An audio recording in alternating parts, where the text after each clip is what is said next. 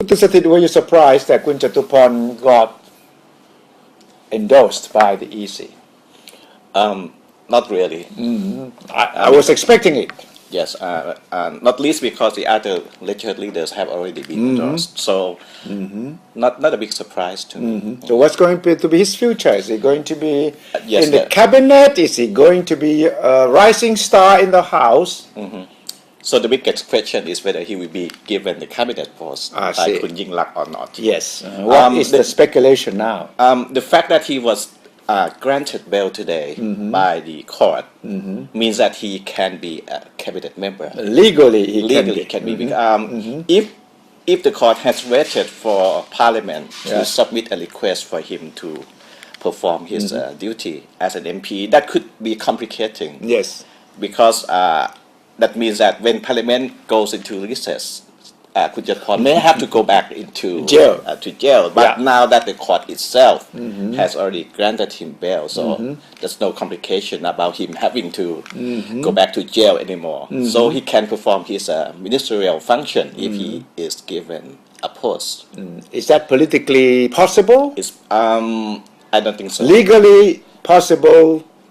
Is it politically probable? Well, a lot of people are saying that if Kun Yingluck wants her cabinet to look as beautiful as she is, she should make it really so by avoiding appointing any Richard leaders who are also facing legal cases to be in the cabinet. Or at the worst case scenario, she should maybe appoint just one person out of a lot of Richard leaders in her party list. Would that one person be Chatupon? Not likely. Well, he's too controversial, right? Kun Chatupon is the biggest hero of the red shirt, and if the movement want anyone to be the cabinet, it had to be him. Oh, really? Yes. But also, she can avoid a major controversy by allocating one cabinet portfolio with the least sensitivity. I don't know what that sports minister. I don't know what that cabinet seat could be, but she could avoid a big controversy. She should not put him or any other Richard leader in like a justice ministry or another major interior ministry. Well, what you're saying is that if Kun Yingluck has the final say about who is going to be in the cabinet, then this is what she should do. But a lot of people doubt that she has the final say. You have to ask Kun Thaksin maybe. But at least on this case, I think Kun Yingluck and Kun Thaksin will should agree on the same thing, that putting a racial leader in a cabinet would be not good for the long-term outlook of the Pheu Thai government. So Kun Thaksin is not the complication here, in my opinion. No. But the racial movement, it is. Because the movement has, they always say that they have been fighting with the Pheu Thai party all along. Yeah. And there was, they were the main reason why the election took place in the first place. But then if they make that claim, then critics will say that, well, the racial leaders were doing all this just for themselves, just because they won political posts.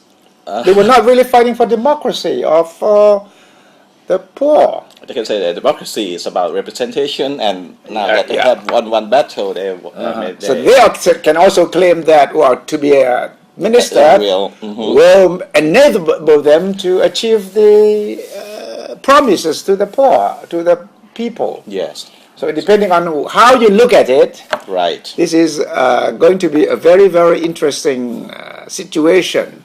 Will Chatupon himself declare that I will not take up any cabinet post, or will it happen after the fact?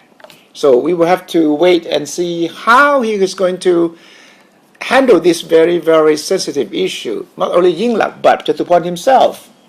How is he going to tell the public where he stands on the possible political position he will take? Yes, you have to do that.